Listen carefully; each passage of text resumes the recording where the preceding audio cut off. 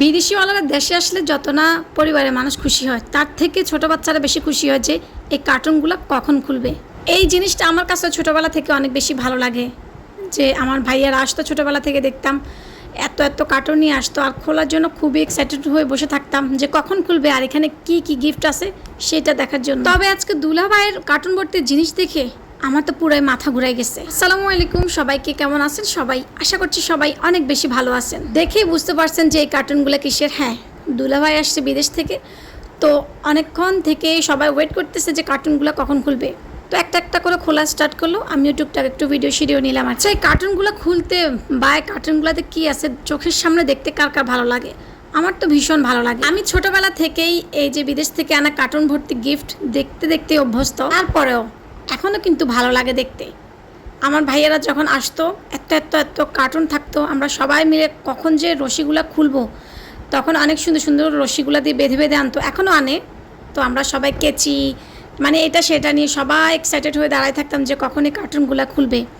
আর এত এত গিফট। বিদেশিওয়ালাদের এই সুন্দর সুন্দর কার্টুনগুলোর ভিতরে বেশিরভাগ কী থাকে জানেন? Fair and Lovely, Dove cream, Lux সাবান, শ্যাম্পু, লোশন, ভেজলিন, মানে এই জিনিসগুলো। আর হচ্ছে সবচাইতে বেশি চকলেট। বাচ্চারা কিছু পাক আর না পাক, চকলেট পেয়ে তো তারা মহা খুশি। তাছাড়াও আরও এত এত জিনিস নিয়ে আসছে, কিন্তু তাদের কোনো দিকে কোনো লোভ নাই, শুধু চকলেটের উপরে লোভ, যে কার আগে কোনটা নিবে, কে কোনটা নিবে। মানে সবারটা সবাই একদম আলমারিতে ভরে নিচ্ছে, লাগজে ভরে নিচ্ছে, যার যেটা ভালো লাগছে সেটা নিয়ে নিচ্ছে। আর এই দিকে আমার নজর পড়ছে এই লিপস্টিকগুলোর উপরে। আমার তো লিপস্টিক বরাবরই অনেক বেশি ভালো লাগে। তাছাড়া প্রত্যেকটা লিপস্টিকের শেডই অনেক অনেক বেশি ভালো। দুলাভাই আপু বলছে তোমার যেইটা মন চায় তুমি সেইটা নাও। তো আমি এখান থেকে একটা সুন্দর একটা লিপস্টিক নিয়ে নিলাম।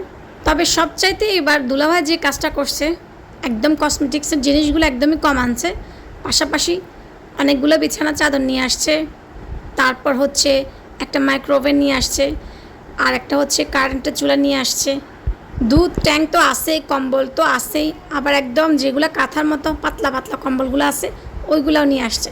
মানে কসমেটিক্সগুলো একদমই কম ছিল, তবে এই জিনিসগুলো অনেক অনেক বেশি ছিল।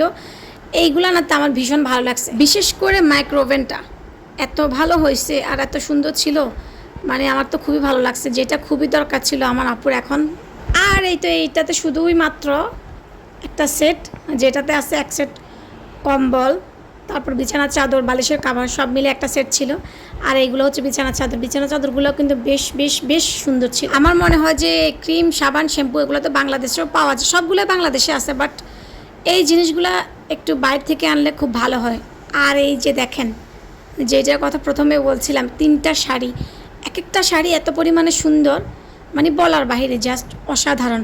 অনেক সময় বলে কি বিদেশ থেকে জিনিসগুলো আনলে নাকি কেমন কেমন জানি পড়ে, তবে আমার দুলাভাইয়ের আনার প্রত্যেকটা জিনিস অনেক বেশি সুন্দর ছিল, শাড়িগুলো জাস্ট অসাধারণ ছিল। আমার মনে হয় আমার দুলাভাইয়ের আনা এই জিনিসটা সবচাইতে বেশি ইম্পর্টেন্ট, আমার বেশি ভালো লাগছে আর কি, যে এইটা সেটা না এনে এবার যে দুলাভাই এই জিনিসগুলো আনছে খুবই ভালো হয়েছে।